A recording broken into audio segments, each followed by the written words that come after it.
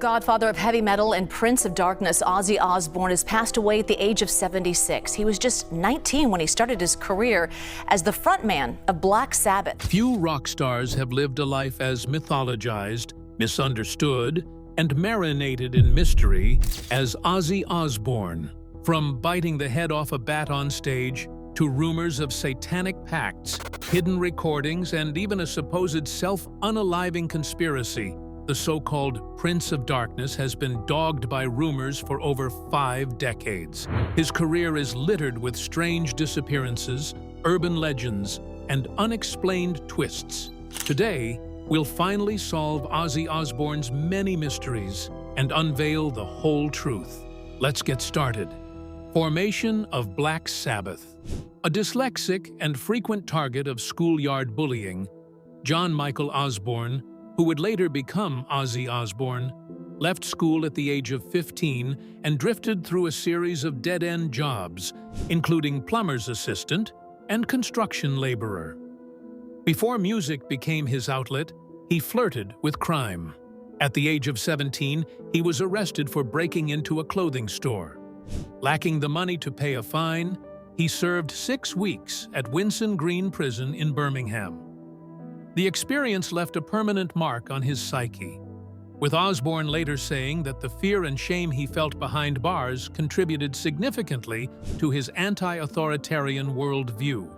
It also forged a deeper desire to escape the confines of working-class life. During this period, he earned the nickname Ozzy. By the late 1960s, Britain's musical landscape was shifting. The psychedelic and blues-infused rock of bands like Cream and the Jimi Hendrix Experience dominated the charts. Osbourne, looking for a way into the music scene, first joined a band called Rare Breed with bassist Terence "Geezer" Butler.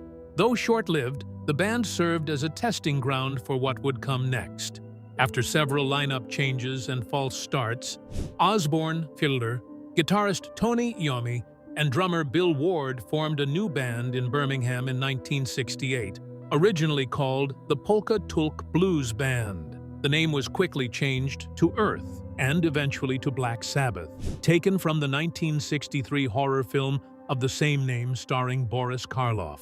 Inspired by the macabre imagery of horror films and occult themes, the band began crafting a sound that was slower, heavier, and more menacing than anything heard before. Black Sabbath's self-titled debut album was released on February 13, 1970 by Vertigo Records in the UK and Warner Brothers in the US.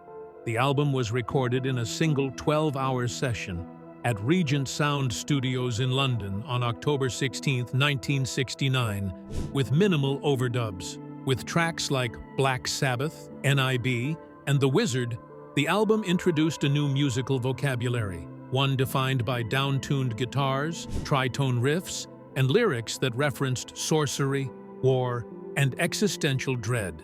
Despite a critical drubbing at the time, Black Sabbath was a commercial success, reaching number 8 on the UK albums chart and 23 on the Billboard 200 in the USA. Later that same year, the band released Paranoid, an album that would cement their legacy and become one of the most influential records in rock history. The title track, Paranoid, became Black Sabbath's biggest single, peaking at number 4 in the UK singles chart. Other standout tracks like Iron Man, War Pigs, and Fairies Wear Boots showcased the band's fusion of social commentary and apocalyptic storytelling, amplified by Iommi's crushing guitar riffs and Osbourne's eerie, wavering vocals. The success of these albums marked the beginning of the heavy metal genre. Though Led Zeppelin and Deep Purple were exploring heavier sounds at the time, Black Sabbath was the first to embrace darkness and dread as core elements of their identity. Critics and fans alike would later dub them the godfathers of metal. The band's imagery, filled with pentagrams, inverted crosses, and Gothic fonts, would also contribute to a moral panic in conservative circles, particularly in the United States, where some groups accused the band of promoting Satanism. So, how true were these accusations? Rumors about occultism. By the early 1970s, the band had exploded into global prominence with their groundbreaking albums Black Sabbath, Paranoid, Master of Reality, and Volume 4, Defining the Heavy Metal Genre. However, with their innovative approach came controversy, and one of the most persistent narratives surrounding the band was the allegation that they promoted Satanism or were involved in occult practices. These rumors were fueled not only by the band's name, Black Sabbath, drawn from the 1963 Boris Karloff horror film, but also by their iconography, such as inverted crosses and pentagrams, which often appeared on early album art and merchandise, even if not always sanctioned by the band themselves. One of the earliest and most widely circulated rumors stemmed from the inside sleeve of their debut album, which featured a large inverted cross alongside a cryptic poem. This edition, made by Vertigo Records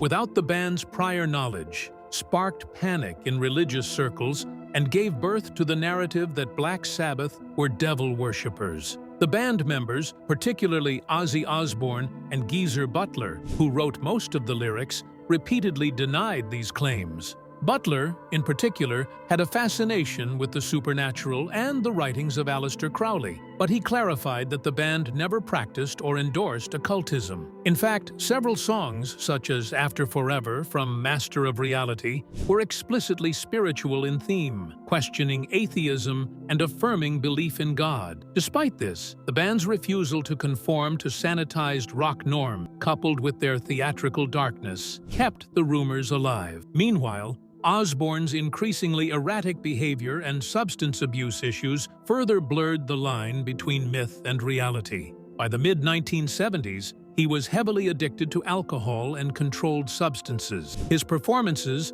often unpredictable, became part of his legend, such as the infamous 1976 incident where he shaved his eyebrows and painted his face white while intoxicated before going on stage. Stories like this helped solidify his public image as unhinged and dangerous, which fit neatly into the archetype of a satanic rock star in the eyes of conservatives and religious groups. American televangelists like Jimmy Swaggart and organizations such as the Parents Music Resource Center often cited Black Sabbath as exemplars of immoral influence in youth culture. Their lyrics were dissected, their concerts protested, and their fans often portrayed as delinquents. In reality, Osbourne's life in the late 1970s was spiraling due to addiction and mounting tensions within the band. Black Sabbath's 1976 album Technical Ecstasy and its 1978 follow-up Never Say Die failed to achieve the critical acclaim or commercial success of their earlier work. The band, by then strained by internal conflict and substance abuse, was fracturing. In April 1979, following a particularly chaotic period, Ozzy Osbourne was fired from Black Sabbath. He was briefly replaced by Dave Walker, but the band ultimately settled on Ronnie James Dio, former frontman of Rainbow. However, the accusations of satanic involvement during this time were never substantiated. Ozzy himself often mocked the rumors, once joking that if he really had a pact with the devil, he'd be driving a better car. Nevertheless, the rumors persisted and became integral to the lore of both Ozzy and Black Sabbath. By the end of the 1970s, Black Sabbath was undergoing a transformation that mirrored the chaos in Osbourne's life. He would soon launch a solo career that eclipsed even his Sabbath-era fame, but the cloud of occult rumors would never fully dissipate. Instead, it became a permanent part of his legend. But wait, the mysteries don't end here. The Lost Recordings. After being fired from Black Sabbath in April 1979, Ozzy Osbourne found himself at a crossroads. Drowning in depression and numbed by alcohol and controlled substances, he withdrew to the Le Parc Hotel in Los Angeles, spending 3 months in a haze of addictive substances. It was manager Don Arden's daughter, Sharon Arden, who would later become Sharon Osbourne, who pulled him from the abyss. Determined to revive his career, she encouraged him to assemble a new band. The most pivotal decision came when guitarist Randy Rhoads, then a rising talent from the band Quiet Riot, auditioned for Ozzy and was immediately hired after what Ozzy later called a miracle performance. Together with bassist and lyricist Bob Daisley and drummer Lee Kerslake, Ozzy and Rhodes began work on what would become the Blizzard of Oz album. Recording sessions took place at Ridge Farm Studios in Surrey, England, in March 1980. Released in the UK on September 20, 1980, and in the USA on March 27, 1981, the album marked a stunning comeback. Songs like Crazy Trains and Mr. Crowley showcased Rhodes's classical-influenced shredding and Daisley's dark, introspective lyrics, with Ozzy delivering one of the most impassioned performances of his career. The album went on to be certified 5 times platinum in the United States by the RIAA, cementing Ozzy's status as a solo force to be reckoned with. However, behind the scenes, a wealth of material from these sessions never made it to the final cut. Bob Daisley, in multiple interviews over the decades, has confirmed the existence of more than 7 hours of unreleased demo recordings from the Blizzard of Oz and early Diary of a Madman sessions. These include alternate takes, instrumental versions, and early lyrics that were either abandoned or significantly altered before the albums were released. The recordings also capture rare jam sessions between Rhodes and Daisley, which Daisley has described as some of the finest improvisational material he ever witnessed. Though Daisley retains rights to some of this content, legal disputes and creative control issues with the Osbourne estate have prevented any official release. Ozzy's follow-up album, Diary of a Madman, released on November 7, 1981, was another commercial success and marked the last studio album with Randy Rhoads. The album peaked at number 16 on the Billboard 200 and has been certified triple platinum. But tragedy struck just months later. On March 19, 1982, during a stop in Leesburg, Florida, for the Diary of a Madman tour, Randy Rhoads died in a freak aviation accident. The loss devastated Ozzy Osbourne, who was sedated for 24 hours after the crash. He later described Rhodes as the brother I never had, and admitted that the guitarist's death haunted him for years. Rhodes was only 25 years old, but his innovative approach to guitar had already reshaped heavy metal. Fans have long speculated that a live recording exists from the night before the crash, March 18, 1982, possibly recorded at the Knoxville Civic Coliseum in Tennessee. While the performance itself was real, no official audio or video has ever surfaced. Adding to the mythology of the lost recordings is the 2011 release of the 30 years after the Blizzard documentary box set, which included rare video clips, rehearsal footage, and backstage material. However, it offered only fragments of what insiders claim is a vast archive. Bob Daisley and Lee Kerslake were notably absent from the original liner notes of reissued versions of Blizzard and Diary due to disputes with the Osbourne estate, which further complicated efforts to revisit or restore earlier recordings. Controversies, censorship, and the self-unaliving conspiracy lawsuit. In 1986, Ozzy Osbourne released The Ultimate Sin, his 4th solo studio album and one that would go on to achieve platinum status in the United States. Among its tracks was Shot in the Dark, which quickly became one of the most recognizable songs of Ozzy's solo career, charting on the Billboard Hot 100 and receiving steady airplay on rock radio. However, despite its popularity, the song has since been conspicuously absent from most official Ozzy Osbourne compilations and reissues. The reason lies in a long-running dispute over songwriting credits between Ozzy and his former bassist, Phil Soussan, who co-wrote the song. Soussan has maintained that he was not properly credited or compensated for his contribution, which has led to the song being quietly sidelined in later years to avoid further legal entanglements. As a result, while The Ultimate Sin remains a fan favorite, Shot in the Dark has effectively become a lost classic in Osbourne's catalog. The more explosive controversy surrounding Ozzy Osbourne, however, came 2 years earlier in 1984, with a legal case that thrust him into the national spotlight. On October 26, 1984, 19-year-old John Daniel McCollum was found dead in his bedroom from a self-inflicted gunshot wound.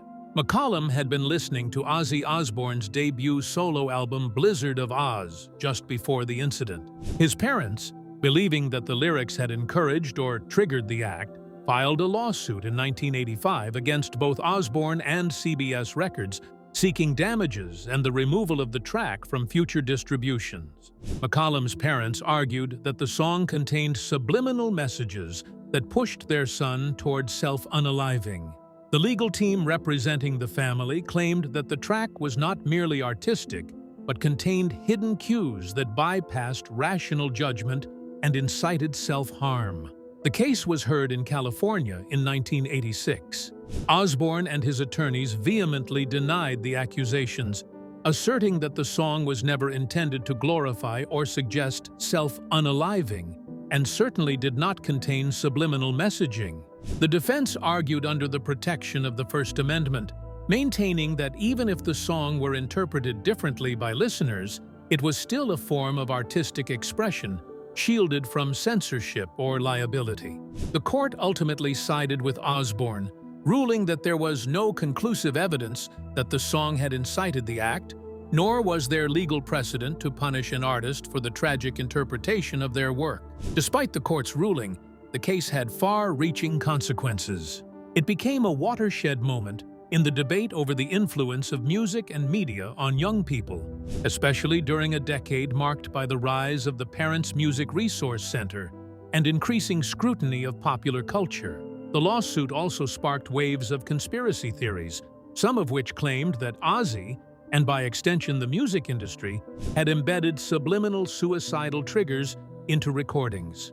Osbourne himself has repeatedly addressed the controversy, often expressing sympathy for the McCollum family, but also standing firm on the principle of artistic freedom. In various interviews, including one with Rolling Stone, Ozzy remarked, "If they were looking for hidden messages, they should have turned the record the other way around," a tongue-in-cheek jab at the satanic panic of the time when rumors of backmasking and encoded evil in rock songs were rampant. But this next one was not subtle at all. The Bat, Legend, and More. On January 20th, 1982, during a concert at the Veterans Memorial Auditorium in Des Moines, Iowa, while Ozzy was on his Diary of a Madman tour, a fan named Mark Neal allegedly threw a live bat on stage. Ozzy, thinking it was a rubber prop, bit the animal's head off. He realized the mistake almost instantly. The incident led to a rushed hospital visit and a series of rabies shots. Despite skepticism and theories that it was a publicity stunt, contemporary press coverage and Ozzy's own accounts, especially in his 2009 memoir I Am Ozzy, confirmed the event was real. Over time, the story grew into a symbol of heavy metal's theatricality and Ozzy's chaotic persona, reinforced further by renewed interest following the 2002 MTV premiere of The Osbournes, which introduced Ozzy to a new generation as a confused but endearing father figure. Amid his evolving image in the 2000s, a slew of urban legends surfaced. One enduring mystery involves a rumored crossover ad between Ozzy and Nickelodeon's children's show Oswald, where he allegedly voiced or appeared in an animated segment. No footage or documentation has ever surfaced, and the story remains classified as lost media. Additionally, the long-standing rumors of Ozzy's ties to Satanism were revived through social media in the 2010s. Though Black Sabbath's early imagery featured occult symbolism, Ozzy repeatedly clarified, especially in interviews and his autobiography, that it was all theatrical and not based on personal beliefs. Perhaps the most emotionally charged myth is the alleged self-unaliving pact between Ozzy and his wife Sharon. Sparked by tabloid misinterpretations of Sharon's interviews, especially around the time of Ozzy's Parkinson's diagnosis in 2020, the story was finally denounced as false by daughter Kelly Osbourne in July 2025. She emphasized that while her parents' bond was intense, the rumors were entirely baseless. One can see how Ozzy's mythos has often blurred with reality. The mystery of final years. In 2020, at the age of 71, Ozzy Osbourne revealed he had been diagnosed with Parkin 2, a rare, genetically rooted form of Parkinson's disease that primarily affects coordination and motor functions. This admission came after a serious fall in 2019 worsened a spinal injury he'd carried since a 2003 ATV accident. The combination of chronic pain and multiple surgeries led to the cancellation of his No More Tours 2 tour and marked a decisive end to his life on stage. Ozzy described this period as the most agonizing chapter of his life. Although he stepped away from performing, Ozzy continued engaging with fans through interviews, podcasts, and documentaries. His son Jack and wife Sharon often spoke publicly about his condition, with Sharon notably stating in 2023 that while his body was in decline, his mind remained all there. He even continued his involvement in family life and the music industry. On July 22, 2025, concern spiked when an air ambulance arrived at Ozzy's Buckinghamshire estate. Hours later, news broke that he had died at 76, with the cause listed as natural death compounded by complications from Parkinson's. No additional medical or criminal causes were disclosed, yet sensational headlines falsely suggested hidden conspiracies. The Osbourne family quickly dispelled such claims. Despite his failing health, Ozzy's legacy never dimmed. He not only shaped the foundation of heavy metal through Black Sabbath and his solo work, but also transitioned into reality TV fame with the Osbournes, bridging generational gaps and redefining cultural relevance. In one of his final podcast appearances in 2024, Ozzy jokingly brushed off the wild rumors surrounding his life and death, quipping, "If I had half the secrets they say I have, I'd have forgotten them all by now." In the end, Ozzy Osbourne remained everything his fans believed him to be. Well, that's it for now. Thanks for watching. Did you like this video? If you did, please consider liking, dropping a comment, and hitting the subscribe button so that you don't miss out on our new uploads. Also, don't miss this video you see on your screen right now. It's truly unbelievable.